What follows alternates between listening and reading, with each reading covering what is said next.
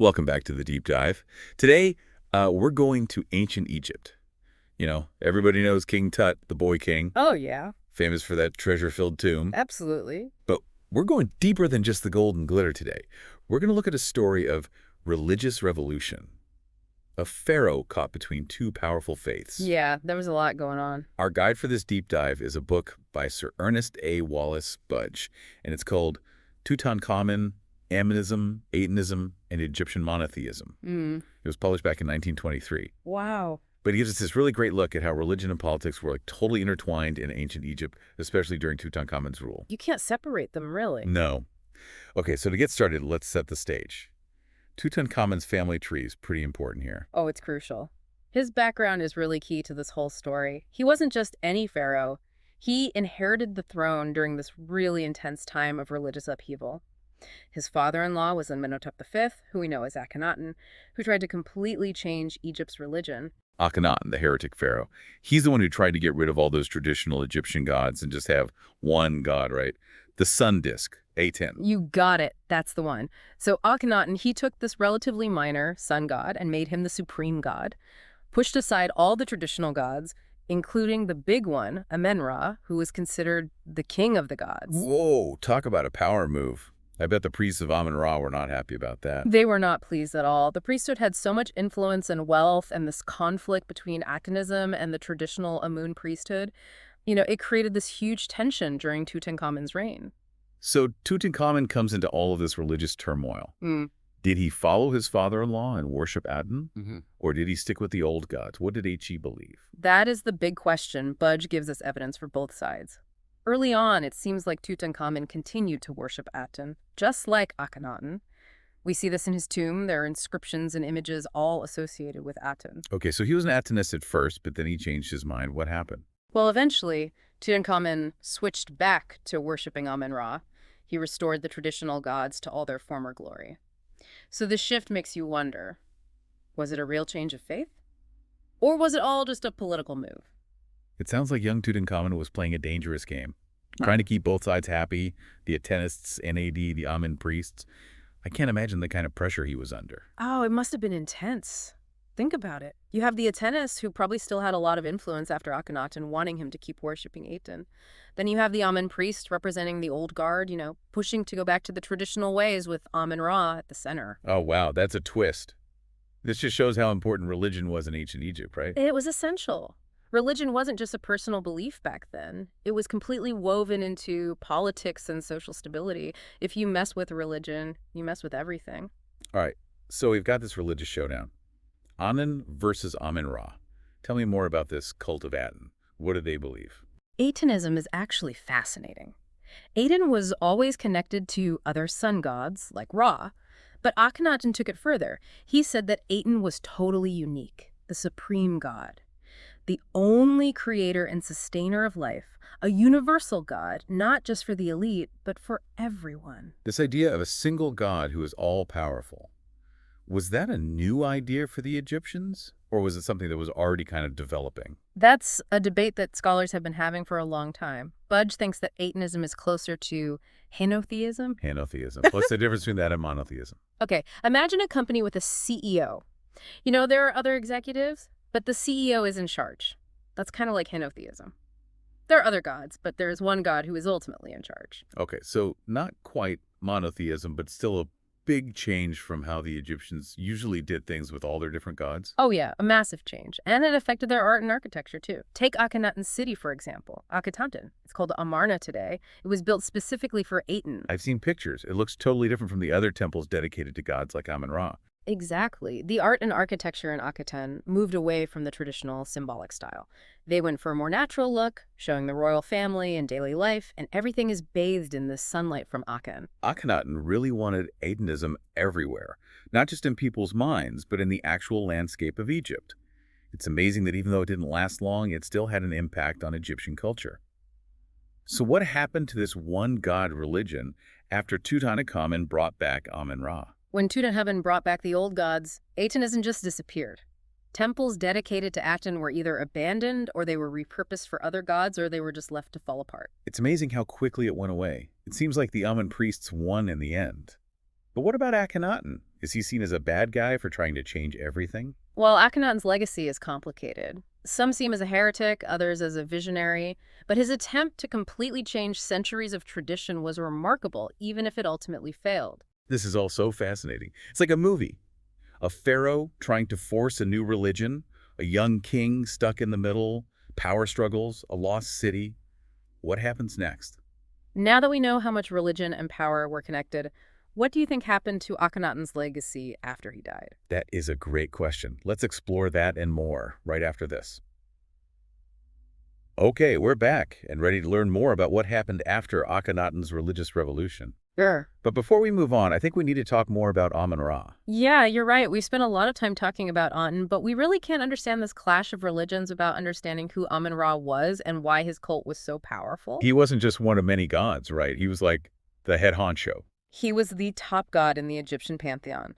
Amun-Ra was considered the king of the gods, and he didn't get there overnight. It took centuries. Okay, so how did he become so important? Did he have like some amazing powers or something? Well, his origins are a bit of a mystery, as Budge tells us, but what we do know is that Amun was originally a local god of Thebes. Thebes. That was a pretty important city in ancient Egypt, right? A major center of power. Exactly. As Thebes grew in importance, so did Amen. And eventually, he merged with the sun god Ra, who was already a pretty big deal, to create this composite god, Amun-Ra. It's like a religious merger. A smart move for Amen. So what did this super god Amun-Ra represent to the Egyptians? What were his main attributes? He was seen as the creator god, the source of all life and the cosmic order.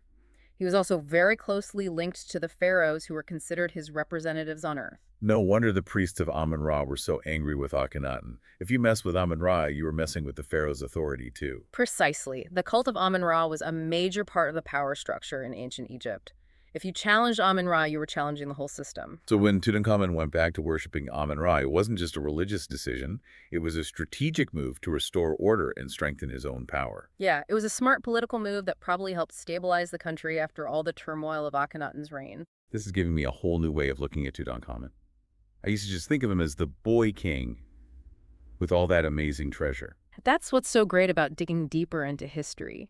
You always find more to the story. Tutankhamun lived during a really important time in Egyptian history, and the choices he made about religion had a huge impact. Speaking of choices, let's look at some of the specific evidence Budge talks about. He mentions hymns and rituals dedicated to both Amun-Ra and Aten. Right. Those texts give us so much insight into what these two religious groups believed and how they practiced their faith. For example, there's a hymn to Amun-Ra that says, "The maker of heaven, thou didst make the stars. Thou art the cham metal, gold of the gods." So this hymn is basically saying that Amun-Ra is the ultimate source of all things precious and powerful. He's even the essence of the gods themselves. You got it. It's all about emphasizing his supreme power and authority. He's the creator, the one who keeps everything going. What about Aten? Are there similar hymns that tell us about him? Yes, and the hymns written during Akhenaten's time paint a very different picture. Instead of this huge group of gods, each with their own specific roles, the focus is on Aten as the only source of light and life. It's a more universal idea of what God is. So with Atenism, the focus shifted from many gods to just one all-encompassing force. That seems to be the case, and this is reflected in how they described and depicted Aten. For example, one hymn says, "Thou sendest forth beneficent acts, and every land is in festival." That's a beautiful image, isn't it? Aten's this joyful, life-giving force, and it's a very different tone from the hymns to Amun-Ra, which are very formal and focused on his power. You've hit on a key difference between the two. Atenism seems to have been more personal, emphasizing a direct connection between Aten, humans, and nature. Makes you wonder if Atenism didn't last because it was just too big of a change for most Egyptians. It's hard to break away from traditions that have been around for centuries. That's a great point. Even when powerful people like Akhenaten try to start religious revolutions, they don't always work. People like what's familiar, what they grew up with. Which makes me think about how Budge talked about Egyptian monotheism. Was it really monotheism like in some religions today where there's only one god? Or was it something different? Budge spends a whole chapter discussing that. He looks at all the evidence for and against the idea that the ancient Egyptians ever really believed in just one god. So what's the answer? Were they secretly monotheists? It's not that simple. Budge concludes that while there were definitely some monotheistic ideas in ancient Egyptian religion, it's more accurate to call it henotheism, like we talked about before. Right, henotheism. Right. One supreme god, but other gods still exist. That fits with what we've seen in both Amenism and Atenism. Exactly. Both systems acknowledge other gods, but one god is ultimately in charge. Amun-Ra on one, Aten in the other. So, no clear-cut monotheism in ancient Egypt. But it's still amazing to see how they thought about these big questions about the divine. It really is. And the story of Tutankhamun caught between these two powerful faiths gives us a glimpse into that complex religious world. Okay, so we've covered a lot. Religious turmoil during Tutankhamun's reign, the origins and attributes of Amun-Ra and Aten, and even the idea of Egyptian monotheism. But we still need to talk about what happened after Akhenaten died. You're right, there's more to the story. What happened to Akhenaten's city, his followers, his ideas, did they just disappear? Let's get into that now. Okay, so let's talk about what happened after Akhenatism was over. Akhenaten really tried to change things, but it didn't work out. What happened to it all when he died? Well, imagine Akhenaten, this huge city built just for Aten. It was full of life and activity, but after Akhenaten died, it was basically deserted. Those amazing temples and palaces just fell apart, and eventually they were just ruins in the desert. That's kind of sad, right? Mhm. This city that was supposed to represent Akhenaten's big vision is now a ghost town. Yeah. It shows you that even the most powerful people can't always change an entire culture. It really does. And it wasn't just Akhenaten. Temples and shrines dedicated to Aten all over Egypt were ignored. Some were torn down, and the stones were used for other buildings, and others were just left to crumble. It sounds like they were trying to get rid of Akhenatism completely. Mm. Like it never happened. What about the people who followed Akhenaten? What happened to them? Historians are still trying to figure that out. It seems like most people just went back to their old ways, maybe happy to go back to the gods and rituals they knew from their ancestors. I guess that makes sense. Big changes can be scary, especially when it comes to something as important as religion. Yeah. But do we know if anyone kept believing in Aten? Maybe secretly. It's possible, but we don't have a lot of evidence. Akhenaten's changes didn't last very long, and everyone went back to the traditional gods pretty quickly. If there were any die-hard Atenists, they probably kept quiet because they were afraid of being punished or rejected. So Atenism as a religion basically disappeared. But did it have any lasting effects on Egyptian culture or religion at all? Even though it didn't last long, Atenism definitely had an impact. It really challenged the core of Egyptian religion. It made people question the traditional gods, the role of the priests, the whole system. Like throwing a rock in a pond. Right. Yeah. The ripples keep going even after the rock sinks. Exactly. Akhenaten shook things up in Egyptian society. Even though his reforms were reversed, the questions he raised about the nature of God probably stuck around long after he died. He got people thinking differently. Wow, what an incredible story. We've talked about Tutankhamun's life and his time as pharaoh, this battle between Amun-Ra and Aten, a lost city, power struggles, and even the idea of Egyptian monotheism. It's really amazing how much we can learn from a book that was written almost 100 years ago. It shows us that there's always something new to learn about the past, even about civilizations we think we know a lot about, like ancient Egypt. I agree. And this story, even though it happened thousands of years ago, still has some themes that are relevant today. It reminds us that people have always struggled with big questions about faith, power, and change.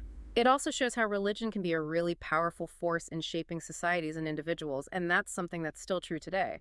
Learning about the past helps us understand the present. I think that's a perfect way to wrap things up. This has been a really amazing journey, wouldn't you say? Absolutely. It's so interesting to explore these ancient stories and see how they connect to our own human experience, even across time. Well, we've given our listeners a lot to think about today. Thanks for joining us on this deep dive into the world of Tutankhamun, Amun-Ra, and Aten. Be sure to check back soon for another fascinating exploration of history, culture, and ideas.